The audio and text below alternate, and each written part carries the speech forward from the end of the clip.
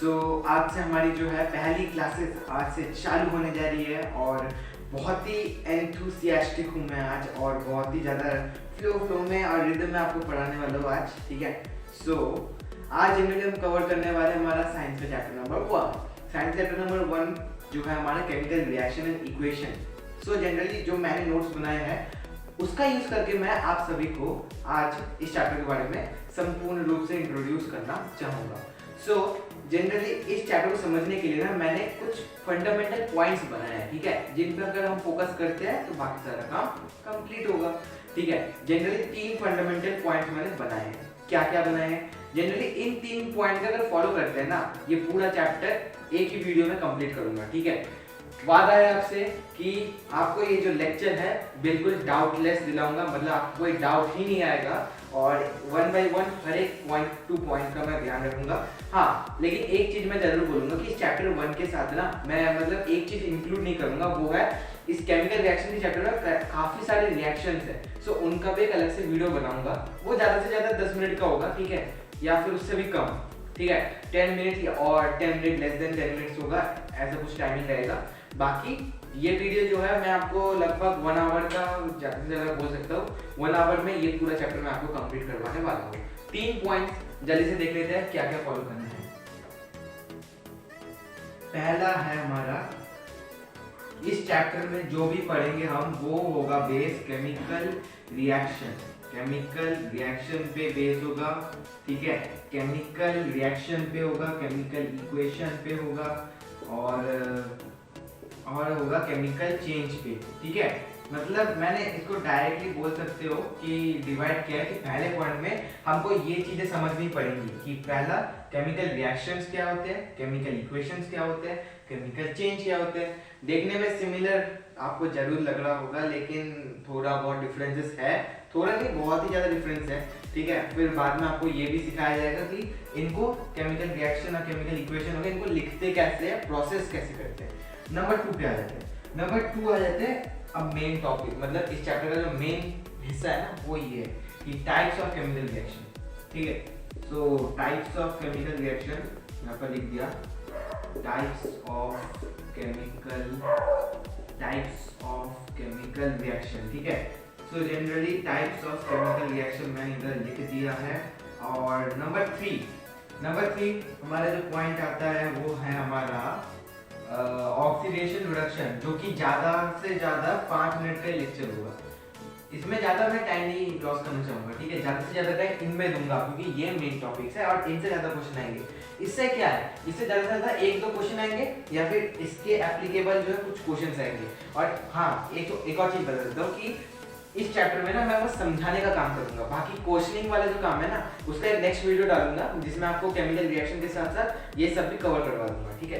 पूरी वीडियो देखना, स्किप मत करना। और जो सो के ये वीडियो देख रहा है वो अभी से खड़े हो जाओ, ठीक है। जाओ अपने बेड में या फिर जो भी स्टडी टेबल वगैरह होगी आपके पास अवेलेबल, वहाँ पर जाके बैठो और चालू करते हैं हमारा लेक्चर। ऑक्सीडेशन यहाँ पर और रिडक्शन, ठीक है, ऑक्सीडेशन हो गया, रिडक्शन हो गया एंड रेंसिडिटी और कोरिजन। अगर ये मेरे को मतलब कंफर्म नहीं है कि ये आ रहे हैं कि नहीं आ रहे टॉपिक्स, कोरिजन और रेंसिडिटी वाले, ठीक है। फिर भी देख लेना, अगर आ रहा है तो कर लेना, नहीं आ रहा तो स्किप कर देना, इसमें कोई मतलब बड़ा रीजन तो है नहीं, ठीक है। नाउ ये टॉपिक्स हैं, आप एक काम कर सकते हो, अगर आप खुद के नोट्स भी बना रहे हो ना अभी, तो एक काम कर सकते हो, इनको हेडलाइन डाल सकते हो। पहले ये हेडलाइन डाल दिया तो मैं इनके बारे में जो समझाऊंगा उससे आपको जो जो पॉइंट इंपॉर्टेंट लगेंगे वो आप लिखते चले जाना। दूसरा ये लिखूंगा तब इसके बारे में जो समझाऊंगा वो लिखते चले जाना। तीसरा जब मैं ये समझाऊंगा आपको तब इसके बारे में जो बताऊंगा तो वो लिखते चले जाना। तो ऐसे करते करते कंप्लीट करेंगे हम ये होल सिलेबस, मतलब whole syllabus of this chapter, ठीक है। Only this chapter, whole syllabus of science नहीं, ठीक है, क्योंकि उसके लिए तो 1 साल अभी है हम आपके साथ सभी के साथ, ठीक है। इसको रफ कर देता हूँ, अभी इसको रफ करते हैं।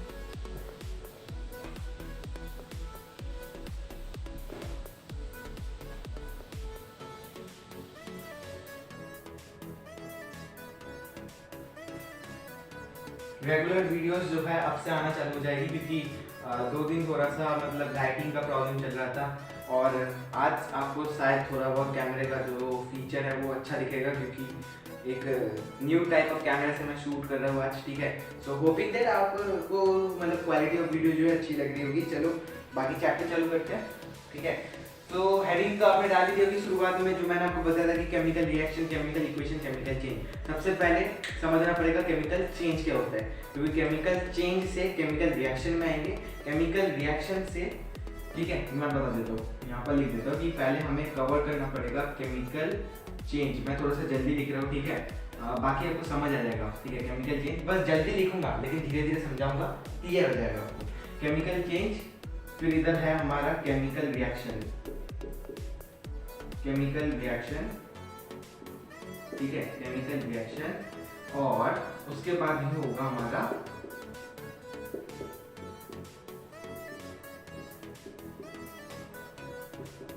जो मेरी राइटिंग पे नजर आ रहा है, सो मैं पहले ही बता दूं, हो सकता है कि थोड़ी बहुत अनक्लियर राइटिंग है लेकिन काम चला हुआ है, ठीक है। सो यहाँ से पहले हमें समझना पड़ेगा what is chemical change. Chemical change से आएंगे हम केमिकल रिएक्शन पे, केमिकल रिएक्शन से आएंगे हम केमिकल इक्वेशन पे। एक चार्ट, एक फ्लो चार्ट आप ऐसा बना सकते हो, ठीक है, एक फ्लो चार्ट आप ऐसा बना सकते हो, देख लेना, आपकी मर्जी है, ठीक है। फिर भी मैं बता देता हूँ आपको कि अगर ऐसा करना चाहोगे तो ज़्यादा बेहतर रहेगा, क्योंकि आपको समझने में इजी रहेगा कि मतलब इन स्टेप से बाद में आप अगर किसी को समझाने जाओगे ना तो आपको भी इजियर पड़ेगा। समझाने नहीं, आपके नॉलेज के लिए भी बहुत बेहतरीन चीज़ है। बाकी मैं बता देता हूँ कि केमिकल चेंज क्या होता है। सबसे पहले हमको लग रहा है भाई, हमने तो छोटी क्लास में पढ़ा था कि फिजिकल चेंज क्या होता है, केमिकल चेंज क्या होता है। फिजिकल चेंज अब मैं आपको एक बार रिकैप करवा देता हूँ हर एक चीज को, ठीक है। सो फिजिकल चेंज क्या था? फिजिकल चेंज मतलब जिस चेंज को हम वापस ला सकते हैं। एक काम कर सकते हो ना तुम, मतलब एक कागज है, कागज का तुमने एक एरोप्लेन बनाया, ठीक है, एरोप्लेन बना के 2-4 पे उड़ा लिया, फिर उसको वापस ऐसे फोल्ड को अनफोल्ड करके तुम अनफोल्ड करके उसको ऐसा प्लेन पेपर बना सकते हो ना, ठीक है। लेकिन मान लो मैंने एक कागज को कट कर दिया, ठीक है, उसको तुम वापस एक वॉलपेपर बना सकते हो, एक एंटायर शीट बना सकते हो, जो कि आपने पहले यूटिलाइज की थी, नहीं बना सकते। तो ये हो गया केमिकल चेंज। फिर भी फॉर अ बेटर एग्जांपल तो मैं बता दूं आपको कि हमारे स्टोमैक में जब फूड जाता है, वो जब डाइजेस्टेड हो जाता है, तो डाइजेस्ट होने के बाद क्या होता है, डाइजेस्ट होने के बाद क्या होता है, वो खाना जो है उसमें केमिकल चेंजेस आ जाते हैं। मतलब उसको एक बात होता है, मतलब जो डाइजेस्टेड फूड है वो न्यूट्रिएंट्स में कन्वर्ट हो जाते हैं, और ये जो न्यूट्रिएंट्स है वो जो हमने फूड कंज्यूम किया था उससे तो पूरा डिफरेंट है, और ना ही जो न्यूट्रिएंट्स होंगे उनको हम वापस फूड में वो कर सकते हैं, मतलब कन्वर्ट कर सकते हैं, नहीं कर सकते। तो ये that's a chemical change and good example of chemical change also. अगर आता है, वैसे ये जो केमिकल चेंज वाले क्वेश्चंस है ना, ये 2010 के बाद से आना ही बंद हो गए, ठीक है, लेकिन for the sake of your knowledge it is very important to know, ठीक है। सो आप जान के ही रख लो पहले से कि ये होता क्या है। फिर भी अब आते हैं हम अपने मेन मुद्दे डेफिनेशन पे, ठीक है। सो केमिकल चेंज के डेफिनेशन पे मैंने यहाँ पर लिख रखा है, जैसे मैंने यहाँ पर लिखा है कि whenever a chemical change occurs we can say that a chemical reaction has taken place. जब भी कोई केमिकल चेंज होता है ना, तो हम कह सकते हैं कोई केमिकल रिएक्शन जरूर हुआ होगा। स्टोमैक में फूड गया, स्टोमैक में फूड होने गया, तो उसके बाद डाइजेस्ट होता है ना, स्टोमैक में HCl एसिड आता है, रिएक्ट करता है, तो रिएक्शन होने के बाद ही तो केमिकल चेंज हो रहा है, ठीक है। तो ये समझने की बात है, मतलब ये यहाँ पर बोला कि अगर मान लो कहीं केमिकल चेंज हो रहा है ना, तो उसका मतलब ये कि केमिकल रिएक्शन भी जरूर हुआ होगा, केमिकल रिएक्शन की वजह से ही केमिकल चेंज है, मान लो ये चीज, ठीक है, कि केमिकल रिएक्शन की वजह से ही केमिकल चेंज है, ठीक है। अब आते हैं हम अपने मेन मुद्दे, मतलब डेफिनेशन में। डेफिनेशन मैं यहाँ पर लिखवा देता हूँ, मैं यहाँ पर फिर भी पढ़ के बता देता हूँ। It is a change of materials into other new materials with different properties and one or more new substances are formed। ये एक ऐसा चेंज है जिसमें एक न्यू मटेरियल फॉर्म होता है, और वो शायद एक भी हो सकता है या फिर मल्टीपल भी हो सकते हैं, ठीक है। और उनकी जो प्रॉपर्टीज होंगी ना, उनकी फिजिकल प्रॉपर्टीज, केमिकल प्रॉपर्टीज, सब में चेंज भी आ जाएगा, ठीक है। So it is a change of materials, ठीक है। मैं यहाँ पर केमिकल चेंज की डेफिनेशन लिख रहा हूँ, फटाक से लिख लो कॉपी में, थोड़ा सा जल्दी हाथ चलाओ, क्योंकि हमने जब बोला है कि हमको मेन मुद्दा हमको समझने से ज़्यादा मतलब है, नोट्स में कम से कम टाइम दो, यही टॉपर्स की स्ट्रैटेजी होती है, ठीक है। समझने में ज़्यादा ध्यान देना, ठीक है, और नोट्स में जो समझ लो ना बस उसको ही डिपिक्ट करना होता है, ठीक है। सो केमिकल चेंज यहाँ पर लिख देता हूँ, it is a change, it is a change, it is a change it is a change in which a material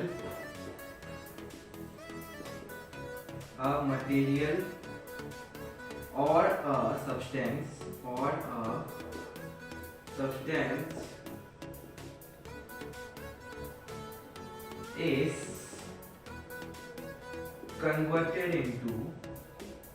is converted into a new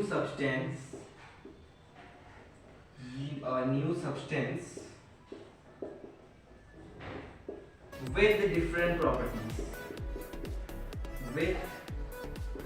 मैं डिफरेंट में शॉर्ट फॉर्म यूज कर रहा हूँ, बस यहाँ पर डिफ लिख के ऐसे डॉट दे रहा हूँ, विद डिफरेंट प्रॉपर्टीज, और प्रॉप में प्रॉप लिख के ऐसे डॉट दे रहा हूँ, मतलब properties with different properties and can not be reverse back, ठीक है, and can not be reverse back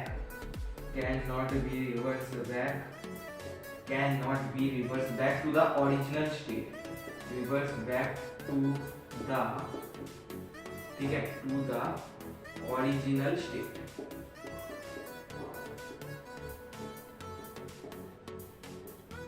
nice, एकदम पूरा बॉडी फिलअप हो गया कुछ ज्यादा ही छोटा साइज है, चलो कोई बात नहीं।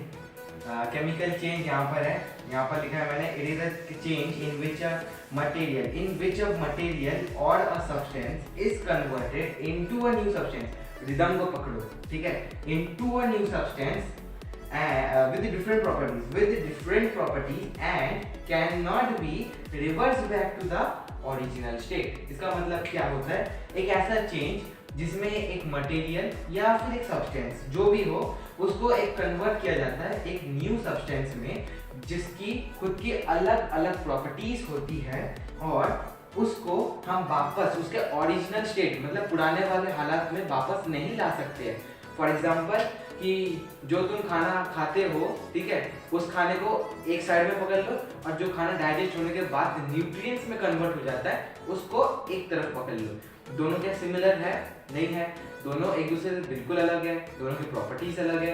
इसको हम खा रहे हैं, ये लजीज है, न्यूट्रिएंट्स को खाओगे, पहली बात तो खा नहीं पाओगे, दूसरी बात वो टेस्टलेस ही होता है ज़्यादातर, ठीक है, मतलब एज अ साइंटिस्ट ने जो रिपोर्ट प्रोवाइड किया है उसके हिसाब से न्यूट्रिएंट्स जो होते हैं ना, पहली बात खा नहीं पाओगे, दूसरी बात ये है कि वो टेस्टलेस ज़्यादा चीज़ें होती है, ठीक है। दूसरी बात उनका काम अलग है, फूड का काम अलग है।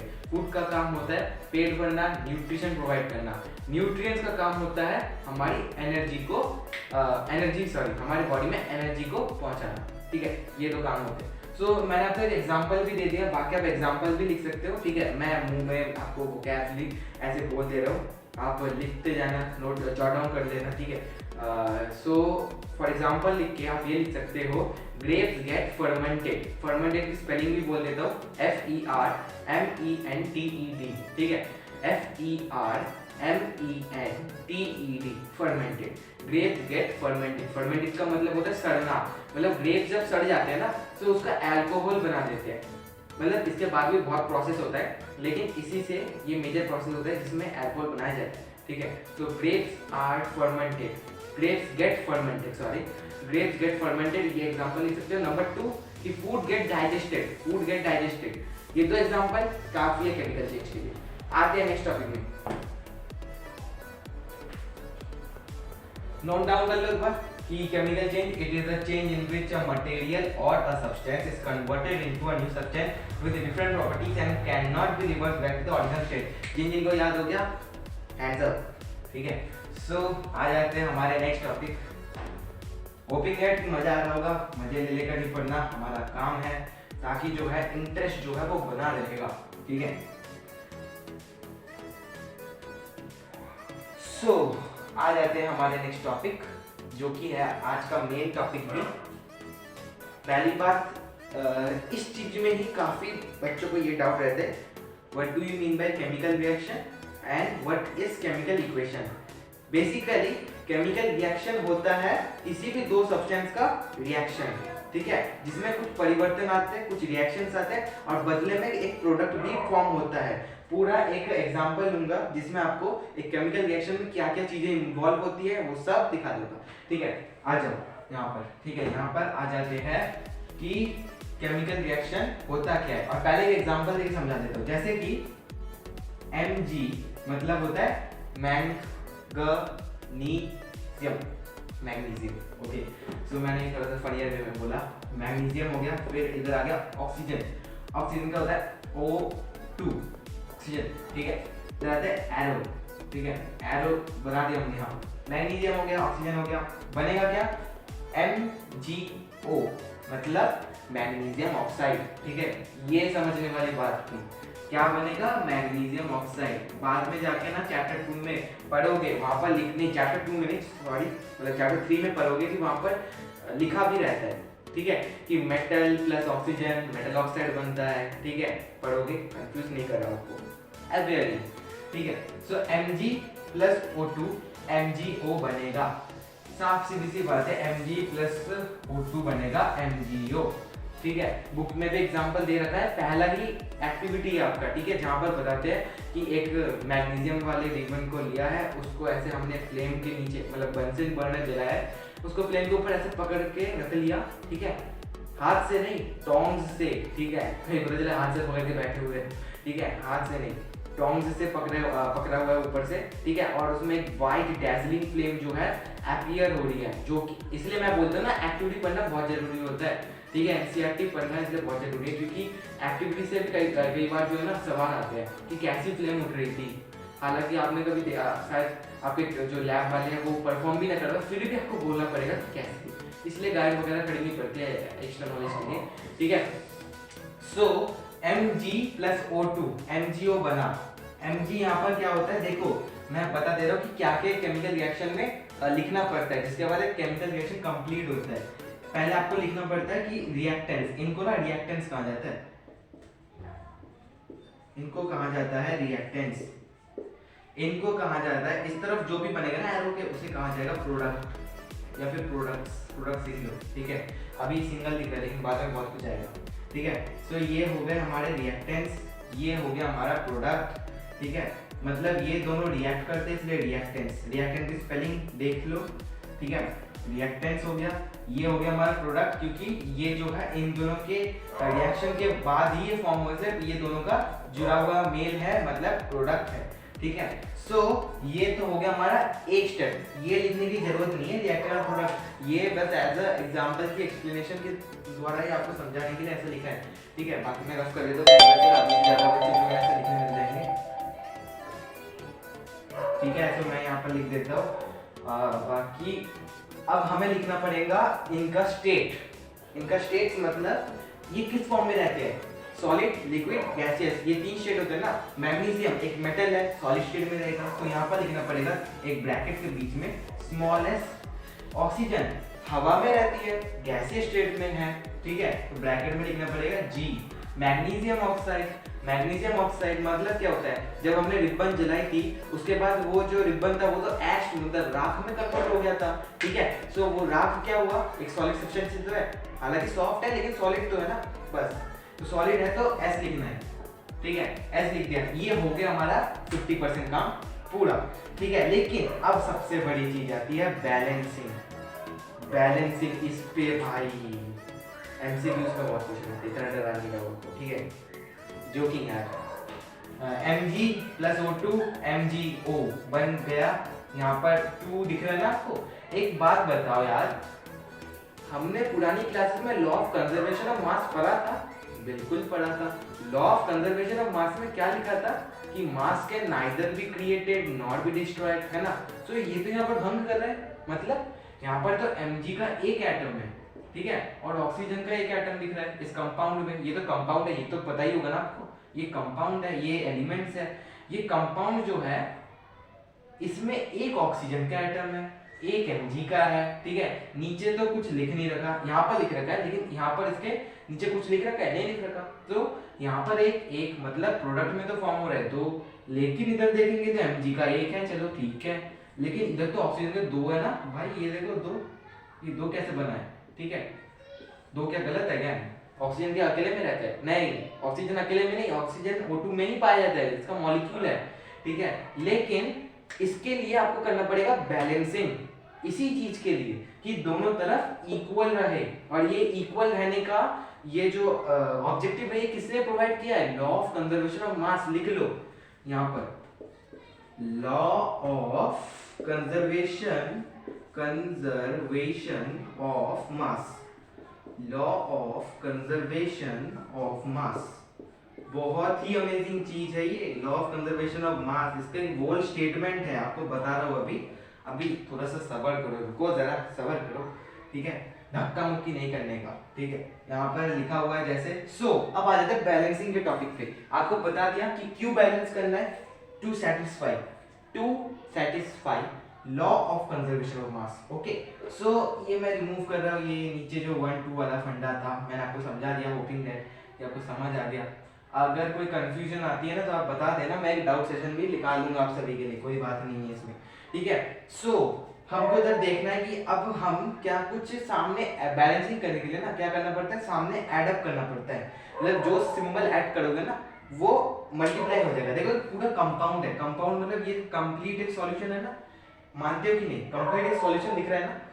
इधर मैं अगर एक 2 ऐड कर दूं, ये जो ब्रैकेट अगर हम, जैसे हमारा फंडा होता है मैथ्स में, ये ब्रैकेट ओपन करने पर ये इसके साथ भी मल्टीप्लाई होगा, ये इसके साथ भी होगा, मतलब इधर 2 mg भी है, ये 2 ऑक्सीजन भी है, 2 mg प्लस 2 ऑक्सीजन, 2 200 शायद 4 होते हैं ना, 2 + 2 4 या 3 होता है यार, 2 + 2 4 होता है, 3 4 होता है, 2 + 2 4 होता है, ठीक है। 2 + 2 4 होता है यहाँ पर, और इधर mg यहाँ पर 3 है, और mg यहाँ पर 1 है, O2 यहाँ पर 2 है, मतलब टोटल में 3 है, टोटल में 3 आ रहा है ना। यहाँ पर भी कुछ ऐडअप करना पड़ेगा, ठीक है, ऑब्वियस ही बात है यार, यहाँ पर 2 ऐडअप कर देते हैं, ठीक है, 2 ऐडअप कर देंगे तो आ जाएगा।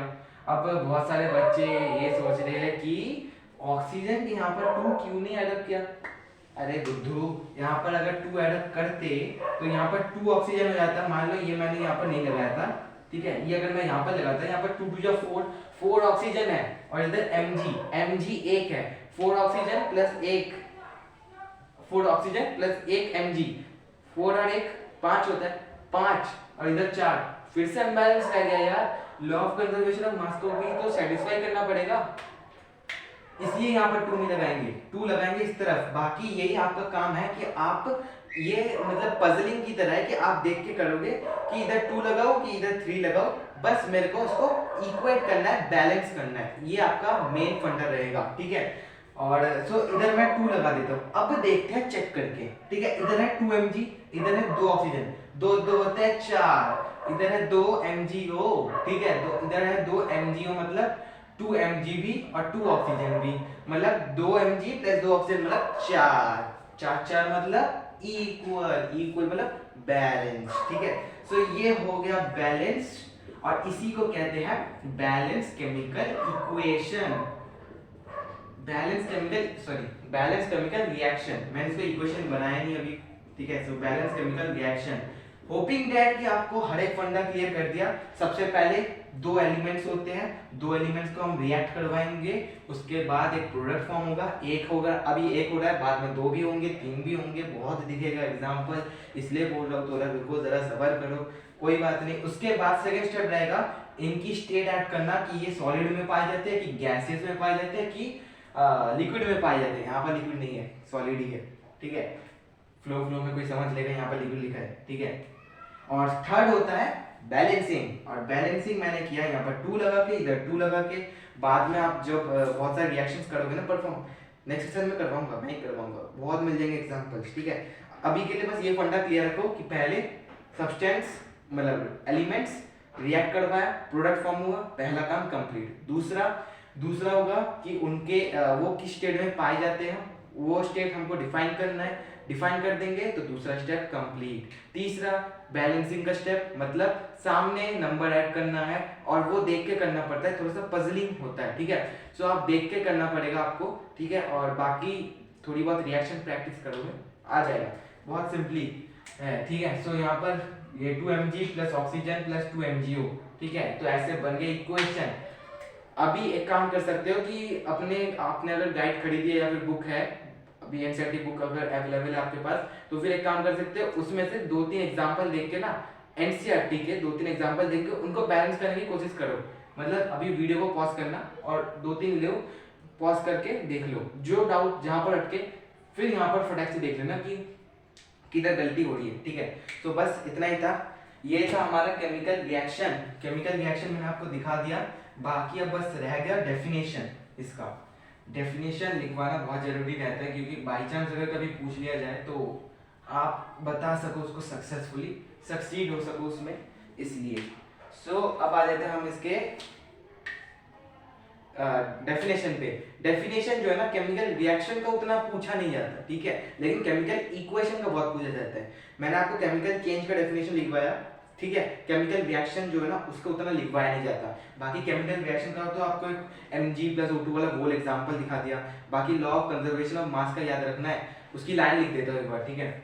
Law of conservation of mass, law of conservation, law of conservation of mass, law of conservation of मास, ठीक है। लॉ ऑफ कंजर्वेशन ऑफ मास, इसका मतलब क्या होता है, मास can neither be created nor be destroyed during a chemical reaction, ठीक है। मास can neither B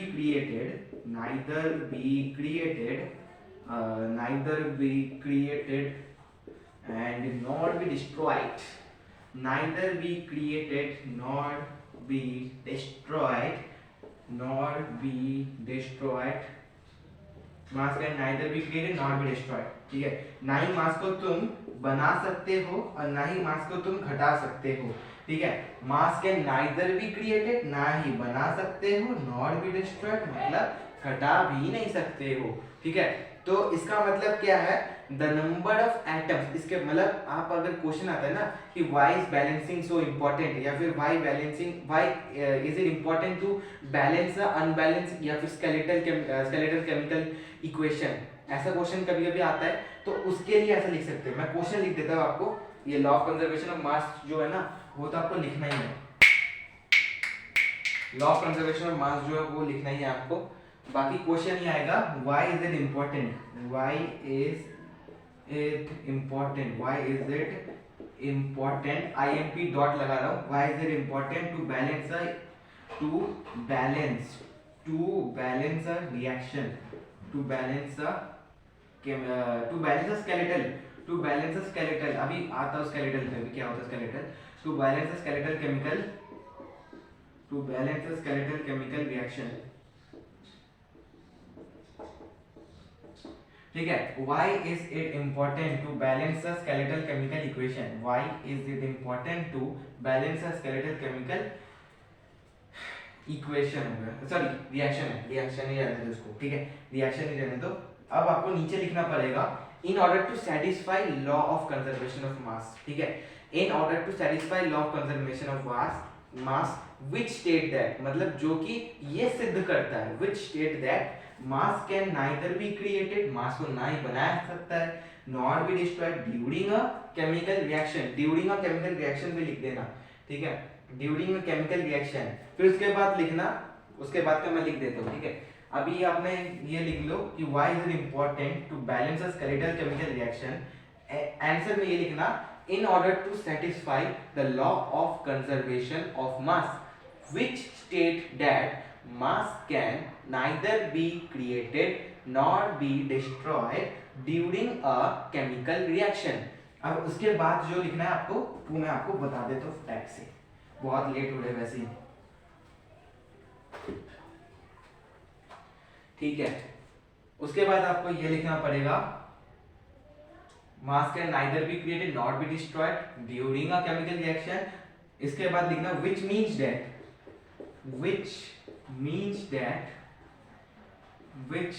that the number of atoms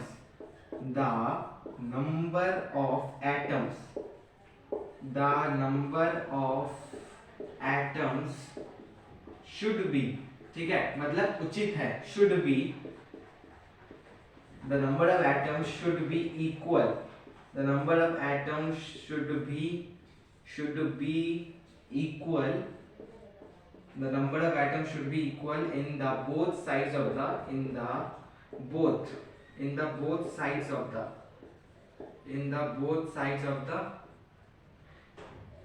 chemical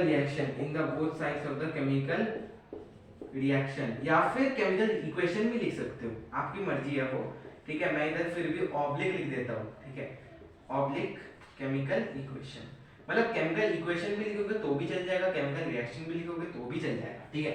सो पूरा आंसर मैंने लिख दिया आपको कि क्यों जरूरी होता है to balance skeletal chemical reaction, ठीक है।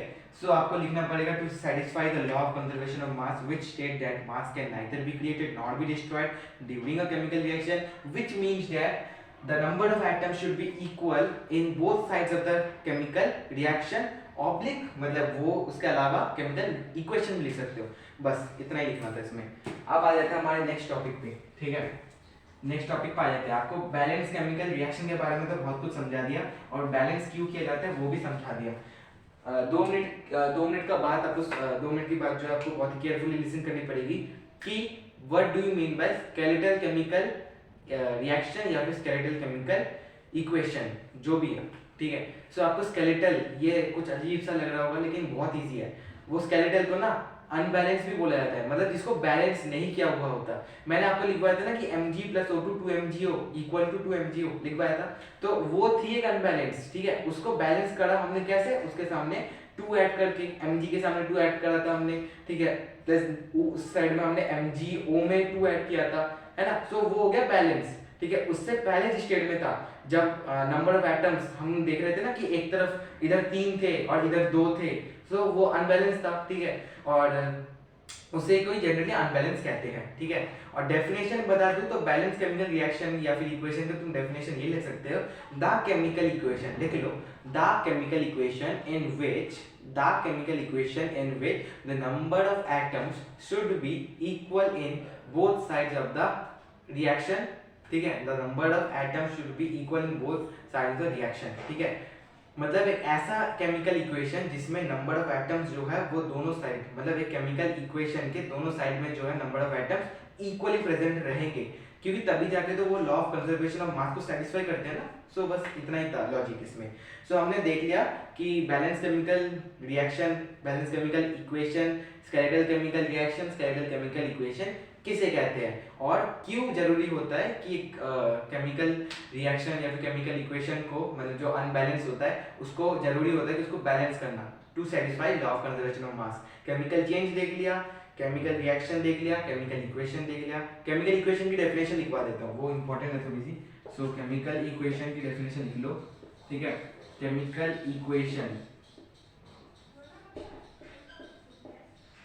इक्वेशन की डेफिनेशन लिखनी है आपको। रिप्रेजेंटेशन पहले लिख लेते हैं फिर समझाएंगे। Representation of chemical reaction, representation of chemical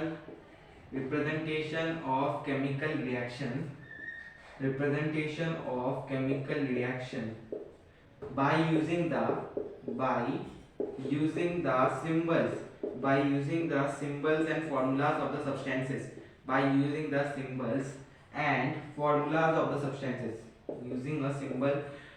the symbols and formulas, ठीक है, formulas of the substances, ठीक है, by using the formulas of the substances is called as, बाकी का आप लिख लेना क्योंकि उसके बाद आपको बहुत ही अच्छे से टेप ना आता है कि is called as chemical equation, इतना ही आता है आपको, ठीक है। मजाक कर रहा था यार। Representation of chemical reaction by using the symbols and formulas of the substances is called as chemical equation। Simple है, मतलब जब भी किसी केमिकल रिएक्शन को हम इक्वेशन के फॉर्म में लिखते हैं, ठीक है, जब भी किसी केमिकल रिएक्शन को इक्वेशन के फॉर्म में लिखते हैं, सो उसी को जनरली कहा जाता है केमिकल इक्वेशन। एग्जांपल देके दिखा देता हूँ, नहीं एग्जांपल वो पुराना वाला लेते हैं, ठीक है, पुराना वाला एग्जांपल ले लेते हैं हमारा। तो फिर पहला जो पॉइंट था ना हमारा, हमने जो ऊपर लिखा था हेडिंग में, आपको बोला था कि लिखो कि chemical reaction, chemical equation, chemical change, तो वो इसके बाद कंप्लीट हो जाएगा, बस इतना ही जानना था उसमें से।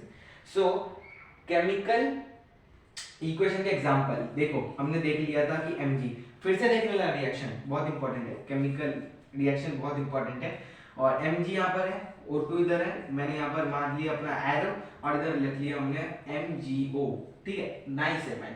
इधर हमने लिख दिया इसका सॉलिड होता है, इधर हमने लिख लिया ये गैसियस होता है, इधर लिख लिया हमने ये सॉलिड होता है, ठीक है। इधर देख रहे हैं 2 है तो इधर हमने क्या किया ऐड 2, इधर हो गए 4, इधर हो गए 3, इसके साथ हमने 2 ऐड किया तो 2 Mg प्लस 2 ऑक्सीजन मतलब 4, इस तरफ एटम्स हो गए और इधर 4 एटम्स हो गए, 4 4 इक्वल मतलब बैलेंस हो गया।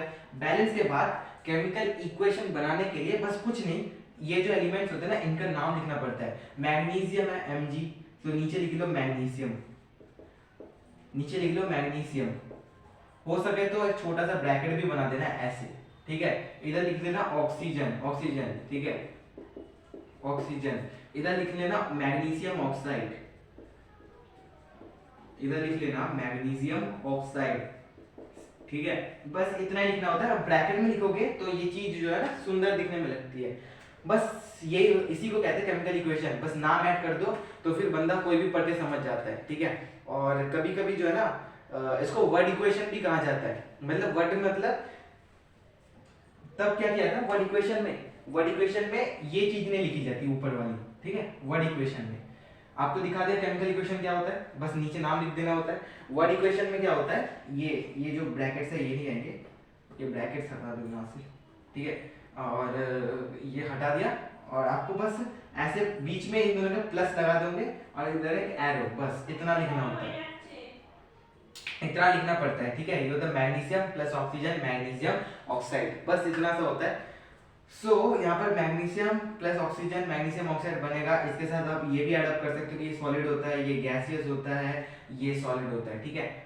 यही होता है वर्ड इक्वेशन। बस तो हमने वर्ड इक्वेशन भी समझ लिया, हमारा हो चुका है पहला हेडिंग कंप्लीट। अब आ जाते हैं हमारे दूसरे हेडिंग पे। दूसरा हेडिंग फटाक से डाल लो कि what are the types of chemical equation. Types of chemical equation क्या होते हैं, ठीक है। So types of chemical reaction क्या होते हैं। नंबर 2 पे आ गए हैं, यहाँ पर लिख देता हूँ कि नंबर 2 पे हम पहुंच चुके हैं अभी, ठीक है। नंबर 2 पे हम पहुंच चुके हैं कि types of chemical reactions, types of chemical reactions, types of chemical reactions. अभी 2 मिनट।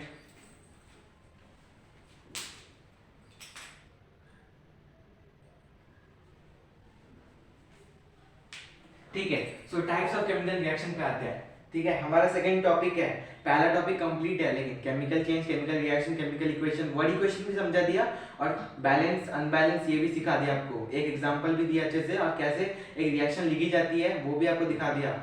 बस इतना याद रखोगे आ जाएंगे, ठीक है। आते हैं नेक्स्ट टॉपिक पे।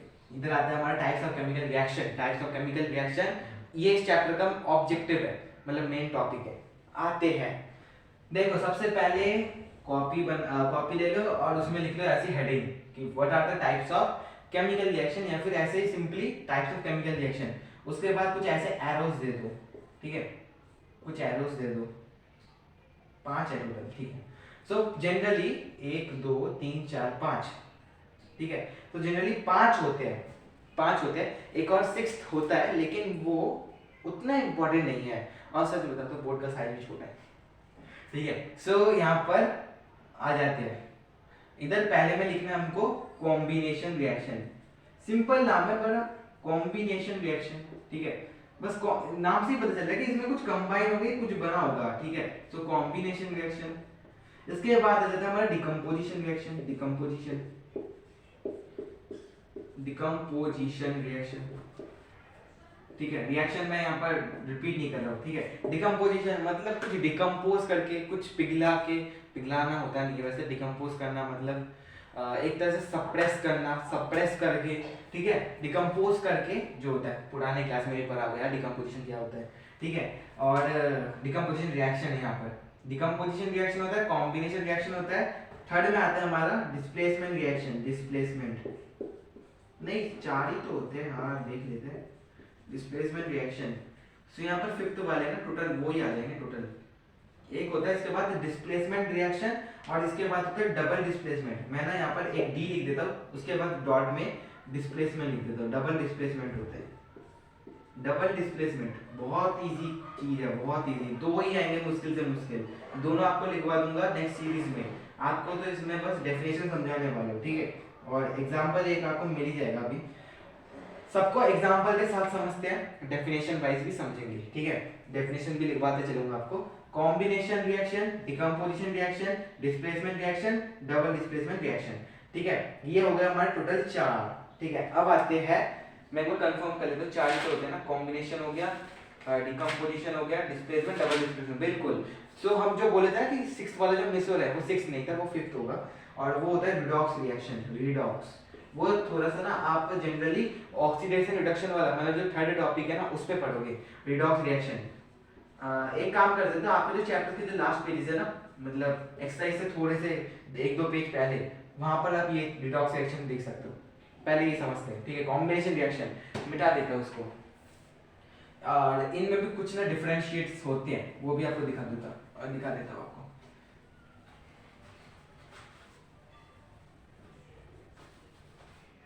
ठीक है, चलो आ जाते हैं हमारे कॉम्बिनेशन रिएक्शन में, फटाक से समझते हैं what do you mean by combination reaction. Combination reaction होता क्या है, एग्जांपल क्या होते हैं इसके, सब समझ लेते हैं।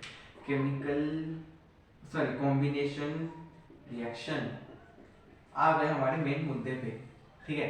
सो कॉम्बिनेशन रिएक्शन होता क्या है, ठीक है, ये याद करके रख लो, ये आप याद करके रख लो कि इसमें ना 2 रिएक्टेंट्स होते हैं, 2 डिफरेंट रिएक्टेंट्स होते हैं, उनको उनके रिएक्शन के बाद ही एक और प्रोडक्ट बनता है, एक और प्रोडक्ट बनता है, और वो एक सिंगल प्रोडक्ट होता है। उसके साथ देखो, अब मैं बता देता हूँ कुछ चीजें, जैसे कि जैसे आप दूध उबालते हो, दूध उबालने के समय थोड़ा सा वेपराइज होता है ना, सो उसी तरह इसमें भी कुछ वेपराइज होता होगा, वो वेपराइज थोड़ा सा हीट के फॉर्म में भी हो सकता है। जब वेपर्स जो निकलते हैं दूध उबालने पर, उसमें थोड़ा सा हीट होता है ना, इंटेंसिटी होती है हीट की, सो वो इंटेंसिटी इसमें भी होती है, थोड़ी सी ज्यादा होती है, क्योंकि ये सब केमिकल्स यूज किए जाते हैं। यहाँ पर दूध है, यहाँ पर मैंने केमिकल्स लिए है, ऑब्वियसली बात है हीट की इंटेंसिटी थोड़ी सी ज्यादा होगी, इसलिए उसके साथ ना हीट होता है, कि हीट लूज कर रहा है, कि हीट प्रोवाइड करते हैं, वो सब भी लिखा जाता है। जैसे कि दूध को उबालने पर हीट देनी पड़ रही है, तो आप लिखते हो ना, मतलब आप देखते हो ना कि हीट प्रोवाइड की जा रही है, तो उसको ना लिखना भी पड़ता है कि हीट दी जा रही है, वो समझेंगे। और जिस प्रकार आपको पता है कि वेपर्स निकलते हैं, हीट की इंटेंसिटी थोड़ी सी होती है, उसी तरह केमिकल्स, मतलब आपने तो बहुत सारे एड्स देखे होंगे ना कि केमिकल्स मिला रहे हैं, धुआं सा निकल रहा है, हीट तो आ रही है ना उसमें, थोड़ी बहुत तो हीट होती है, कभी कभी तो भाई ग्लास के जार भी फट जाते हैं, मतलब बहुत हीट होती है। सो वो हीट भी एक बहुत ही इंपॉर्टेंट एलिमेंट है, ये आपको समझना पड़ेगा, और ये समझने के लिए सबसे बेस्ट तरीका होगा ज्यादा से ज्यादा ऐसे क्वेश्चंस प्रैक्टिस करना, नेक्स्ट सेशन में होगा वो भी। कॉम्बिनेशन रिएक्शन पे आ जाते हैं। कॉम्बिनेशन रिएक्शन का आप ये लिख लो कि एक रिएक्टेंट होगा इधर, रिएक्टेंट नंबर 1, ऐसे एक वो बना लो, रिएक्टेंट नंबर 1, और इधर रहेगा हमारा रिएक्टेंट नंबर 2, इधर रहेगा हमारा रिएक्टेंट नंबर 2। सो इन दोनों को मिलाया, इधर एरो दे देना, ठीक है। हमेशा कोशिश करना कि केमिकल रिएक्शन को ना एक स्ट्रेट लाइन में लिखो। मेरा बोर्ड छोटा है, बोर्ड जो है वो छोटा है, इसलिए मैं थोड़ा सा नीचे लिखूंगा शिफ्ट करके, लेकिन आपको क्या कोशिश करना है कि एक ही लाइन में लिखने की, इतना बड़ा तो लिखोगे नहीं, लाइन से इतनी सी होती है, और उसमें अभी आपकी राइटिंग इतनी सी होती है, ठीक है, कभी कभी दिखता ही नहीं है। सो रिएक्टेंट 1, रिएक्टेंट 2, और इधर आ जाएगा हमारे थर्ड में इसका प्रोडक्ट, बस एक ही प्रोडक्ट बनता है, ओनली अ सिंगल प्रोडक्ट, बस। ये होता है इसका जनरल स्ट्रक्चर कि एक रिएक्टेंट के साथ दूसरा रिएक्टेंट मिलाया, उसके साथ प्रोडक्ट हुआ, ठीक है। और एक और चीज बता देता हूँ कि कॉम्बिनेशन रिएक्शन जो होती है ना, वो होती है एक्सोथर्मिक रिएक्शन। अब समझते हैं कि एक्सोथर्मिक क्या होता है। एक्सोथर्मिक मतलब एक ऐसा रिएक्शन जिसमें हीट निकलता है, हमेशा कॉम्बिनेशन रिएक्शन में ना हीट निकलता है, तो उसके साथ हमेशा प्लस हीट लिख दो, और हमेशा यहाँ पर लिख देना कि a combination reaction, a combination reaction is always a exothermic reaction, spelling लिख लो, exothermic reaction, exothermic reaction, a combination reaction is always a exothermic reaction। exothermic reaction मतलब एक ऐसा रिएक्शन जिसमें क्या होता है, हीट रिलीज होता है, हीट रिलीज होता है, ठीक है। अभी एग्जांपल के थ्रू उसको समझते हैं, ज्यादा इजी रहेगा, ज्यादा बेटर रहेगा।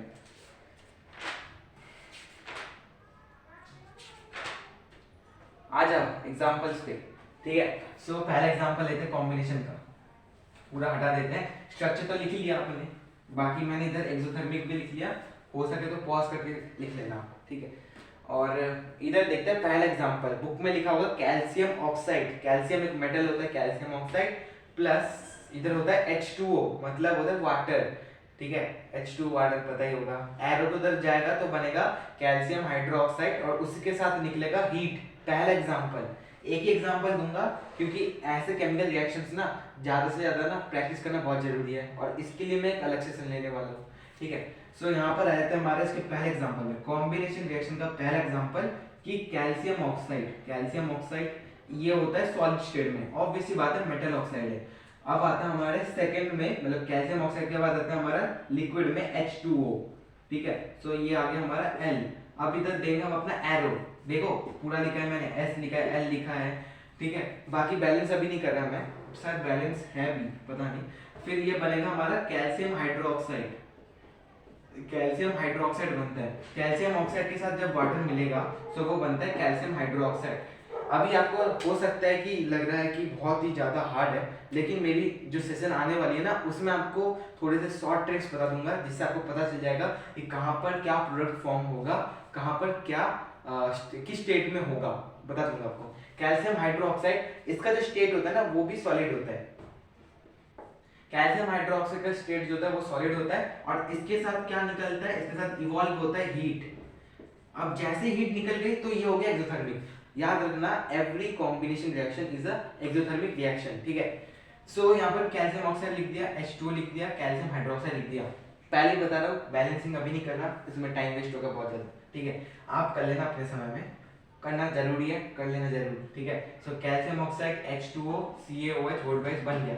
देख रहे हो दो रिएक्टेंट्स मिले, एक प्रोडक्ट बना, इसे कहते हैं कॉम्बिनेशन रिएक्शन, प्लस में हीट भी निकला, हीट इवॉल्व हुआ मतलब एक्सोथर्मिक रिएक्शन भी है ये। एक्सोथर्मिक रिएक्शन मतलब एक ऐसा रिएक्शन जिसमें हीट इवॉल्व होता है, बस ये था टोटल कॉम्बिनेशन रिएक्शन का टॉपिक, याद रख लेना, ठीक है। और एग्जांपल अब मैं ना वो एग्जांपल तो दे ही दिया, डेफिनेशन लिखवा देता हूँ। एक्सोथर्मिक की भी डेफिनेशन लिख लो, एक्सोथर्मिक की और इसकी रिएक्शन लिख लो।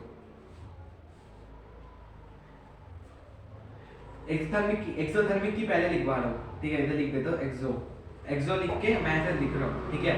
A chemical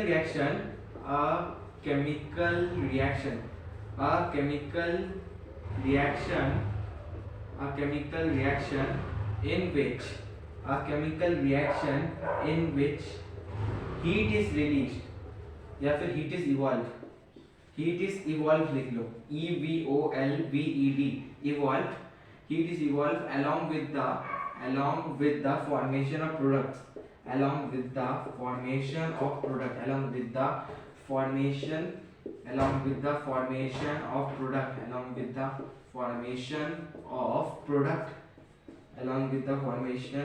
product is known as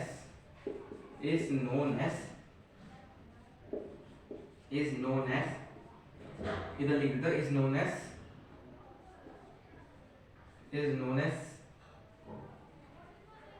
exothermic reaction इसे ही कहते हैं। बाकी आप लिख देना कि is known as exothermic reaction, एक ऐसा केमिकल रिएक्शन जिसमें हीट जो होता है वो इवॉल्व होता है along with the formation of product is known as exothermic reaction. Exothermic की स्पेलिंग होपिंग दैट कि आपको आता ही होगा, EXOTHERMIC, एक्सोथर्मिक की स्पेलिंग होती है, नोट इट डाउन, जल्दी से जल्दी हो गया होगा, पॉज करके देख लेना, ठीक है। आते हैं अपने नेक्स्ट टॉपिक जो होता है कॉम्बिनेशन रिएक्शन पे। What do you mean by combination reaction, ठीक है। कॉम्बिनेशन रिएक्शन क्या होता है, a reaction in which, combination reaction की डेफिनेशन लिखवा रहा हूं, a reaction in which a single product is formed, a reaction in which a single product is formed,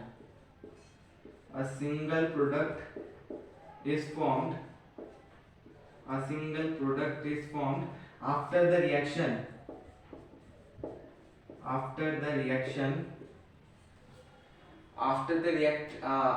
reaction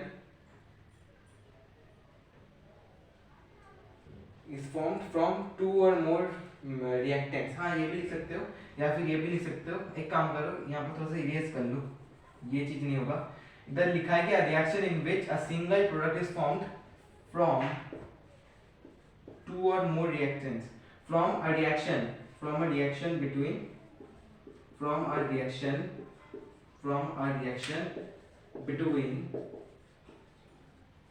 reaction between two or more from a reaction between two or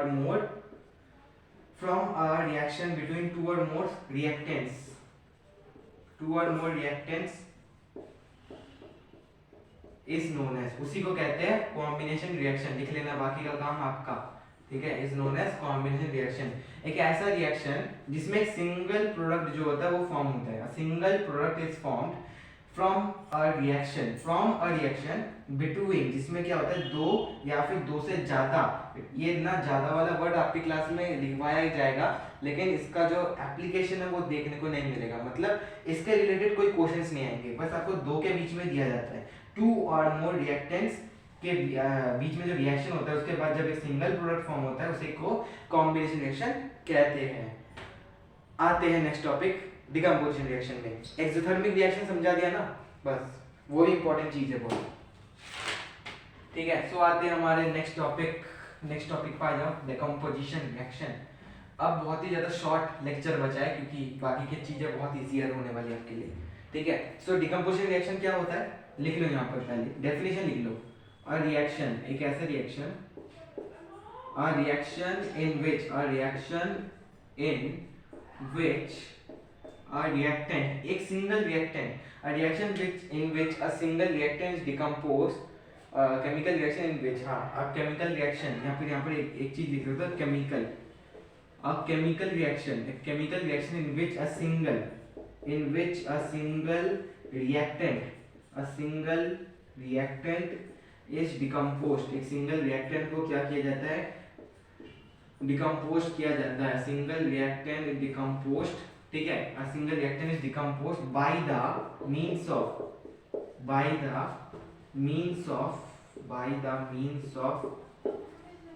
heat, light, by the means of heat, light or electricity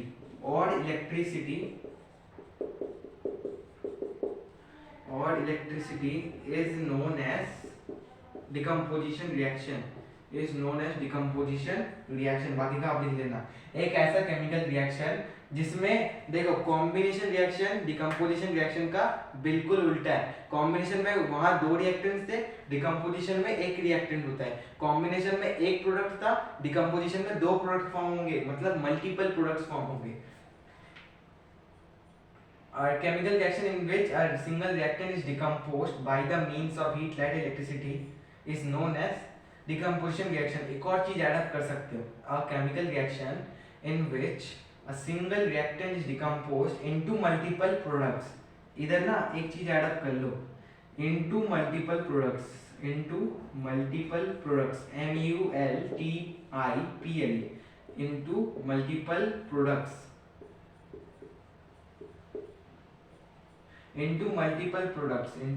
products, is known as, ठीक है। ये मैंने ना यहाँ पर add किया है इसलिए मैं इसके नीचे एक लाइन खींच देता हूँ। into multiple products is known as multiple products by the means of heat, light and electricity। या फिर किसी चीज को तोड़ने के लिए कुछ ना कुछ देना पड़ेगा।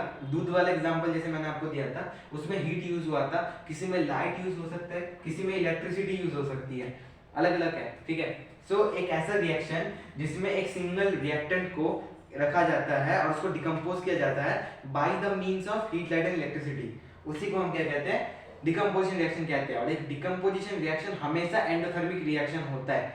आपको प्रूफ यहाँ से मिल जाएगा, ये चीज by the means of heat, light and electricity.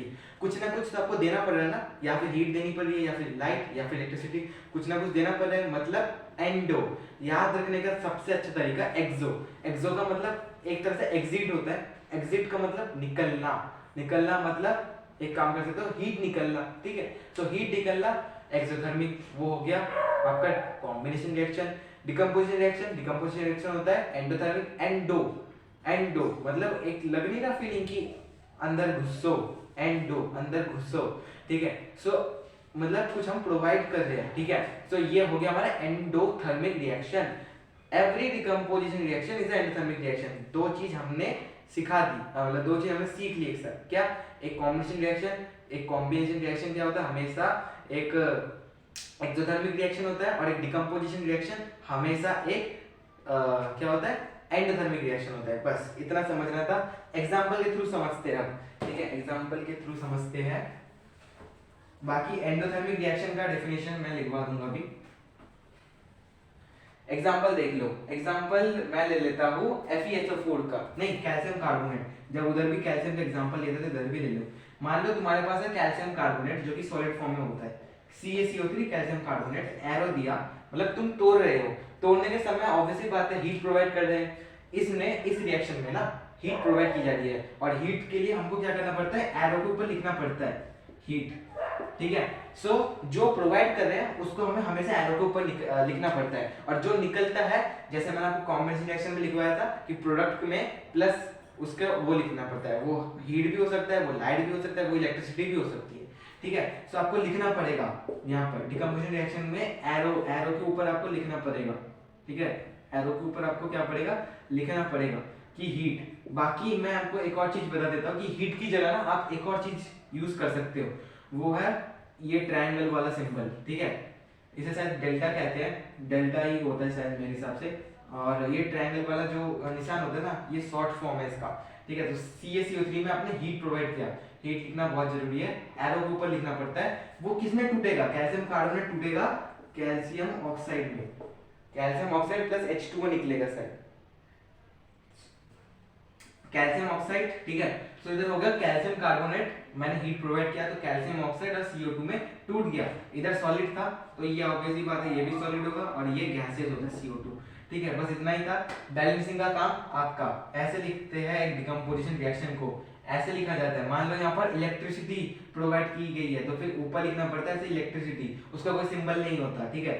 बाकी एक होता है उसके बाद लाइट, लाइट के लिए आपको लिखना पड़ता है LIGHT जैसे लिखते हैं लाइट, ठीक है। उसके लिए भी कोई सिंबल नहीं होता, बस हीट के लिए एक सिंबल दे रखा है, वो है ये वाला, ठीक है, ट्रायंगल वाला। बाकी ठीक है, इतना ही होता है। हाथ भी काले पड़ गए मेरे, ठीक है, इतना ही होता है, यही होता है। याद कर लो, एक एग्जांपल देख लो, ठीक है। कैल्शियम कार्बोनेट CaCO3, इसके ऊपर हमने क्या दिया, प्रोवाइड किया, हीट प्रोवाइड किया, ट्रायंगल वाला सिंबल मतलब, ठीक है। कैल्शियम ऑक्साइड बन गया सॉलिड फॉर्म में, और CO2 बना गैसेस फॉर्म में, फॉर एन एग्जांपल, ठीक है।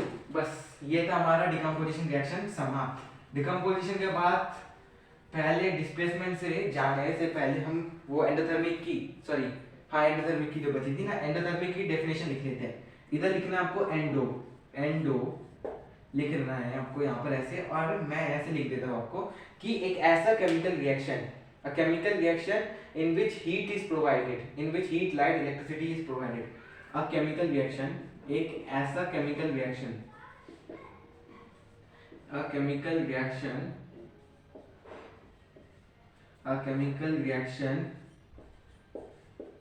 in which heat और light, ऐसे लिख लो, काम करो, heat कॉमा में light, heat कॉमा light और electricity, heat कॉमा light और electricity is provided is known as endothermic reaction. बस ठीक है, a chemical reaction in which heat, light और electricity is provided is known as endothermic reaction. एक ऐसा chemical reaction में जिसमें either heat, either light और electricity, इनमें से कुछ प्रोवाइड किया जा रहा है तो फिर होता है एंडोथर्मिक रिएक्शन। एग्जांपल, अगर मान लो कभी एक्सोथर्मिक का एग्जांपल पूछते हैं फिर एंडोथर्मिक का, सो हमेशा क्या करना, एक्सोथर्मिक में, एक्सोथर्मिक तो कॉम्बिनेशन रिएक्शन को कहते हैं, तो एक्सोथर्मिक में हमेशा कॉम्बिनेशन रिएक्शन का किसी भी एग्जांपल को चिपका देना। और एंडोथर्मिक में क्या करना है, एंडोथर्मिक में हमेशा किसी भी डिकम्पोजिशन रिएक्शन के डिकम्पोजिशन रिएक्शन के किसी भी एग्जांपल को कभी भी चिपका देना।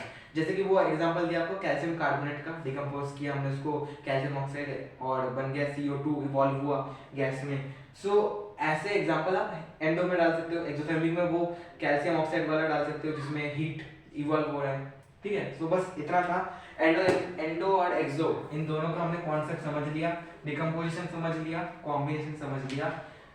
आते हैं हमारे लास्ट टू टॉपिक्स जो कि है डिस्प्लेसमेंट और double displacement.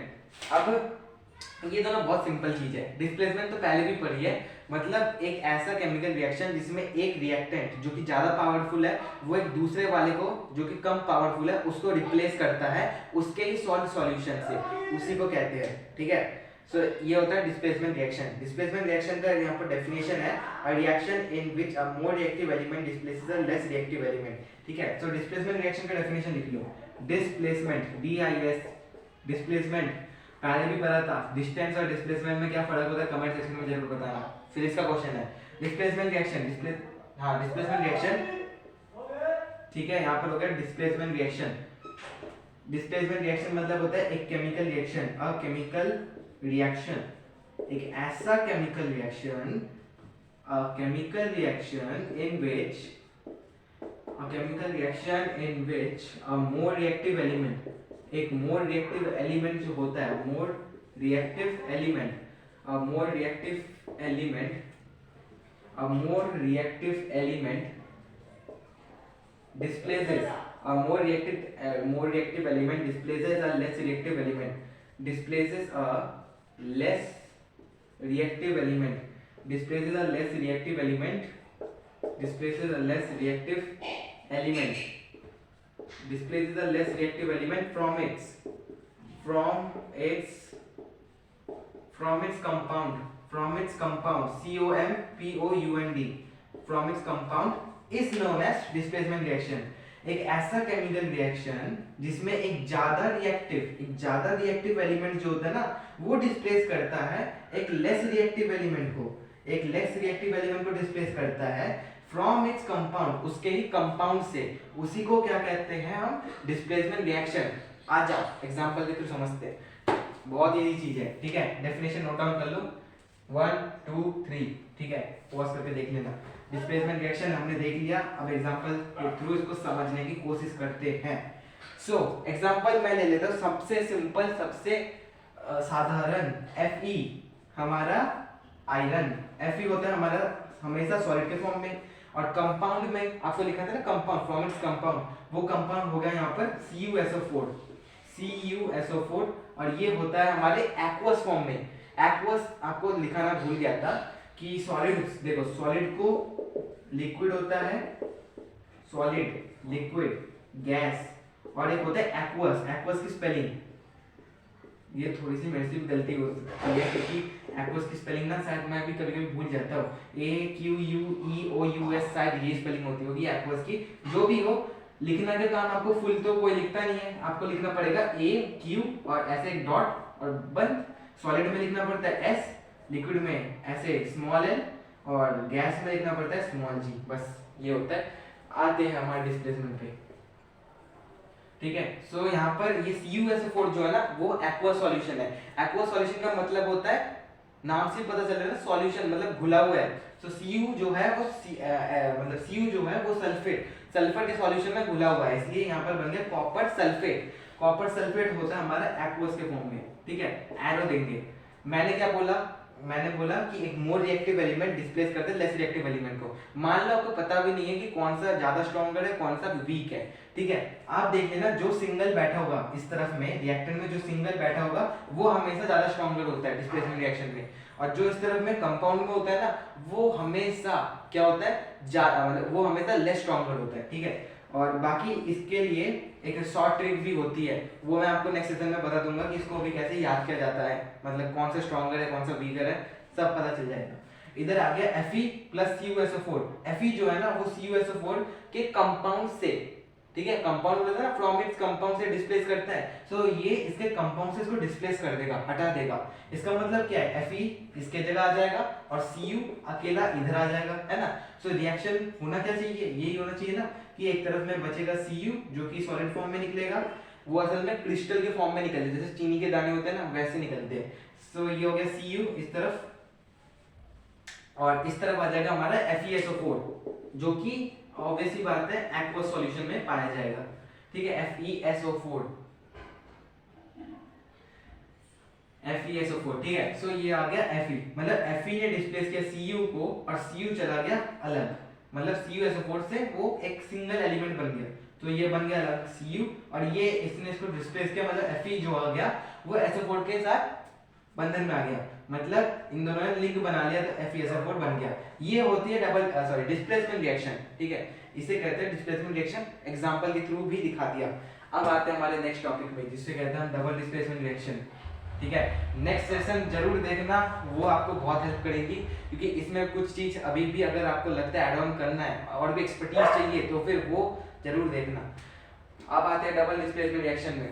Double displacement reaction मतलब क्या होता है, एक ऐसा रिएक्शन जिसमें ऑब्वियसली बात है डिस्प्लेसमेंट में जैसे देखा कि एक दूसरे को कर रहे हैं, ठीक है, उसमें क्या होता है दोनों एक दूसरे को करते हैं, यही होता है, इसलिए डबल हो गया ना, ये इसको भी कर रहा है, ये इसको भी कर रहा है, ठीक है, तो दोनों एक दूसरे को कर रहे हैं, उसमें एक सिंगल एक को कर रहा था इसलिए बस डिस्प्लेसमेंट, इसमें दोनों एक दूसरे को कर रहे थे डबल डिस्प्लेसमेंट। ये फर्क होता है, डबल डिस्प्लेसमेंट और डिस्प्लेसमेंट में ना डिफरेंस बिटवीन भी करने को आता है। आ जाते हैं हमारे टॉपिक पे, डिस्प्लेसमेंट रिएक्शन की डेफिनेशन। डिस्प्लेसमेंट रिएक्शन की डेफिनेशन पढ़ देता हूँ। The chemical reaction in which exchange of ions between the reactants takes place. इसकी डेफिनेशन को ना मैं एक्सप्लेन नहीं दे रहा हूँ, एक काम कर सकते हो थोड़ा बहुत इसको ना ऐसा बस याद कर लो, ठीक है, बाकी मैं इसका डिस्क्रिप्शन देता हूँ क्योंकि इसमें थोड़ी सी हाई लेवल डेफिनेशन पूछी जाती है। द केमिकल रिएक्शन, ठीक है, डबल डिस्प्लेसमेंट समझा रहा हूँ आपको, ठीक है, तो उसकी डेफिनेशन लिख लो। The chemical reaction, the chemical reaction in which the chemical reaction in which the exchange of ions, the exchange in which the exchange of ions, in which the exchange of ions between the reactants, in which the exchange of ions between the reactants takes place, exchange of ions between the reactants takes place, between the reactants takes place is known as, बाकी आप लिख लेना खुद में, ठीक है, बाकी आप खुद ही लिख लेना कि is known as double displacement reaction, is known as double displacement reaction. एक ऐसा केमिकल रिएक्शन जिसमें एक्सचेंज ऑफ आयंस होता है, मतलब एक कंपाउंड इधर एक कंपाउंड इधर, तू मेरा आयन ले ले मैं तेरा आयन ले लेता हूँ, दोनों एक दूसरे का आयंस ले रहे हैं इसलिए एक्सचेंज ऑफ आयंस, आयंस तो पढ़ा ही होगा पहले, ठीक है, exchange of ions between the reactants takes place is known as double displacement reaction। बस इतना सा था डबल डिस्प्लेसमेंट रिएक्शन की डेफिनेशन। आते हैं इसके एग्जांपल से, एग्जांपल से बहुत कुछ आपको क्लियर हो जाएगा कि कैसे ये टेक्स प्लेस करता है। डबल डिस्प्लेसमेंट का रिएक्शन का एग्जांपल है Na2SO4 और प्लस करेंगे BaCl2, Na2SO4 को प्लस करेंगे BaCl2 और मैं ऐसा छोटा सा एरो दे रहा हूँ ताकि यहाँ पर फिट आ जाए और ये बन जाएगा हमारा NaSO4, सॉरी देखो ये समझो Na2 ने SO4 के साथ एक मिलके कंपाउंड बनाया है, BaCl2 मतलब Ba मतलब होता है बेरियम, ठीक है, BaCl2 मतलब क्लोरीन के साथ मिलके बेरियम क्लोराइड नाम का एक कंपाउंड बनाया है। Na2SO4 ने यहाँ पर दोनों ने मिलके सोडियम सल्फेट नामक एक कंपाउंड बनाया है। सो यहाँ पर Na2 Ba की जगह ले लेगा और Ba जो है वो Na की जगह ले लेगा, मतलब क्या बनेगा, इस तरफ इधर बनेगा Na, जब इसकी जगह ले लेगा तो वो बन जाएगा NaCl। अब बताओ आप कि यहाँ पर तो 2 था NaCl2, अरे भाई वैलेंसी नाम की भी तो कोई चीज होती है ना, तो वैलेंसी को फॉलो करते हुए NaCl आएगा। अगर वैलेंसी क्लियर नहीं है तो 9th क्लास की बुक एक बार उठा लो, उसमें देख लो कि वैलेंसी क्या चीज होती है, क्यों उसमें Mg2+ लिखा जाता है, Cl- लिखा जाता है, ये देख लेना, Na+ क्यों लिखा जाता है, ठीक है। सो इसलिए यहाँ पर NaCl आया है, NaCl+ इसे कहते हैं ये जो बनेगा ना BaSO4, ये बनेगा BaSO4। अब बताओ इसमें भी 2 क्यों नहीं आया, नहीं इसमें तो 2 था ही नहीं, BaSO4 देख लिया कैसे, Na2 ने यहाँ पर Ba को रिप्लेस कर दिया तो NaCl बन गया और Ba ने यहाँ पर SO4 के साथ लिंक बना लिया और Na2 को हटा दिया, तो दोनों के बीच में एक्सचेंज ऑफ आयंस हुए, इसलिए इसको कहते हैं डबल डिस्प्लेसमेंट रिएक्शन, ठीक है। ये था एग्जांपल इसका। और इसमें एक और चीज होती है, वो क्या चीज होती है, वो होता है प्रेसिपिटेट। प्रेसिपिटेट मतलब वो बारिश, वो स्नोफॉल वो वाला प्रेसिपिटेट नहीं, प्रेसिपिटेट एक इनसॉल्युबल सब्सटेंस होता है, लिख लो स्पेलिंग लिख लो PRECI प्रेसिपिटेट PITATE, ठीक है, प्रेसिपिटेट एक इनसॉल्युबल सब्सटेंस होता है, ठीक है, मैं लिख नहीं रहा कि एक इनसॉल्युबल होता है, ठीक है, आप लिख लेना कि precipitate is a insoluble substance, ठीक है, जो कि डबल डिस्प्लेसमेंट रिएक्शन के प्रोडक्ट्स में फॉर्म होता है, ठीक है। अब यहाँ पर आप सोच रहे होगे कि यहाँ पर भाई कौन सा हमारा प्रेसिपिटेट है, प्रेसिपिटेट वो होता है जो कि सॉल्ट के अलावा होता है। यहाँ पर आपको पता है ना कि NaCl एक सॉल्ट है। मैं रियल लाइफ की बात नहीं कर रहा, रियल लाइफ में तो NaCl सॉल्ट है, लेकिन वो सॉल्ट नहीं जो रिएक्शन वाला सॉल्ट होता है, रिएक्शन सॉल्ट, कंपाउंड रिएक्शन जो होता है ना वो वाला सॉल्ट। यहाँ पर NaCl एक सॉल्ट है। सो वो जो सॉल्ट है ना, सॉल्ट यहाँ पर NaCl हो गया, मतलब ऑब्वियस ही बात है NaCl को हमको नहीं पकड़ना है। जो अलग कंपाउंड रहता है मतलब BSO4, यहाँ पर क्या है हमारा, यहाँ पर प्रेसिपिटेट है। और इसमें जैसे भी प्रेसिपिटेट आपको दिख रहा है, ये जो है ना शायद व्हाइट कलर का फॉर्म होता है, व्हाइट या फिर येलो, नहीं येलो नहीं, व्हाइट ही होता होगा, ठीक है। तो यहाँ पर ये व्हाइट कलर का ये प्रेसिपिटेट, जिसमें प्रेसिपिटेट फॉर्म होता है ना, तो उसे प्रेसिपिटेट रिएक्शन भी कहते हैं। एक तरह से बोल सकते हो डबल डिस्प्लेसमेंट रिएक्शन को प्रेसिपिटेट रिएक्शन भी कहा जाता है। बस ये समझने की बात थी। आपके हो गए एक और मतलब types of combination, types of chemical reactions भी हो गए कंप्लीट, ठीक है। और बाकी अब रह गए दो टॉपिक्स, ठीक है। और ये कोरोजन और रैंसिडिटी, ये दो मैं कवर नहीं कर रहा हूँ आज, क्योंकि ये दो है ना मेरे को पता नहीं, कंफ्यूजन है कि ये दोनों आ रहे हैं कि नहीं, और ज्यादा मोस्ट पॉसिबली ये नहीं आ रहे हैं, ठीक है। सो ऑक्सीडेशन और रिडक्शन लिख लेते हैं। ऑक्सीडेशन एंड रिडक्शन एक एग्जांपल लिख लेते हैं पहले, जैसे कि यहाँ पर है CuO प्लस H2, ठीक है। ये बन गया हमारा Cu बन गया प्लस H2O बन गया, ठीक है। ये एक रिएक्शन है, ठीक है। इस रिएक्शन में देखो CuO मतलब इसमें ऑक्सीजन था, लेकिन यहाँ पर जाके इसमें से ऑक्सीजन हो गया लूज, ठीक है। लेकिन H2 के पास ऑक्सीजन नहीं था, लेकिन यहाँ पर जाकर ऑक्सीजन ने कर लिया गेन ऑक्सीजन को, ठीक है। सो यहाँ पर आपने एक चीज नोटिस की कि CuO ने ऑक्सीजन छोड़ दिया, ठीक है। सो CuO जो हो गया वो रिड्यूस हो गया, किस में हो गया, कन्वर्ट हो गया, वो Cu में कन्वर्ट हो गया। और H2 जो था वो कन्वर्ट हो गया किसमें, H2O में, ठीक है। सिंपल फंडा है, ऑक्सीडेशन मतलब जो सब्सटेंस ऑक्सीडाइज होता है या फिर ऑक्सीजन को गेन करता है, प्राप्त कर लेता है, उसे कहते हैं ऑक्सीडेशन रिएक्शन। रिडक्शन मतलब जो कि लूज करता है, लूज करता है मतलब दे देता है ऑक्सीजन, उसे कहते हैं रिडक्शन रिएक्शन, या फिर रिडक्शन ही बोल सकते हैं, या फिर हाँ बस ऑक्सीडेशन रिडक्शन ही होता है, ठीक है। सो ये हो गया CuO, मतलब ये घट गया Cu में, ऑक्सीजन क्या कर दिया, लूज कर दिया। सो ये हो गया हमारा रिड्यूस्ड, ठीक है। ये हो गया रिड्यूस्ड, या फिर बोल सकते हो इसमें रिडक्शन हुआ है। और इधर H2 के साथ H2O, ये जो है ऑक्सीजन इसमें सरप्लस ऐड अप हुआ है, मतलब क्या है, ये जो है इसमें ऑक्सीडाइज्ड हुआ है, ठीक है। सो इसमें ऑक्सीडेशन हुआ है, इधर लिख देते हो ये ऑक्सीडाइज्ड हुआ है, ठीक है। सो यही था हमारा ऑक्सीडेशन और रिडक्शन। ये एक जनरल टॉपिक है, ठीक है। इसकी डेफिनेशन उतनी पूछी नहीं जाती है, आप बोलोगे तो मैं कमेंट सेशन में बता दूंगा या फिर नेक्स्ट सेशन में डाल दूंगा, ठीक है। होपिंग दैट कि आपको ये लेक्चर बहुत ही आसानी से समझ आ गया होगा, ठीक है। और बाकी अगर और भी कोई पॉसिबली आपको डाउट दिखता है, और एक बार कंफर्म कर देना कि कोरिजन और रेंसिडिटी वाला टॉपिक आ रहा है कि नहीं, ठीक है। बाकी और कोई डाउट आता है तो बताना जरूर, नेक्स्ट सेशन में जरूर हेल्प करूंगा। Thank you for watching.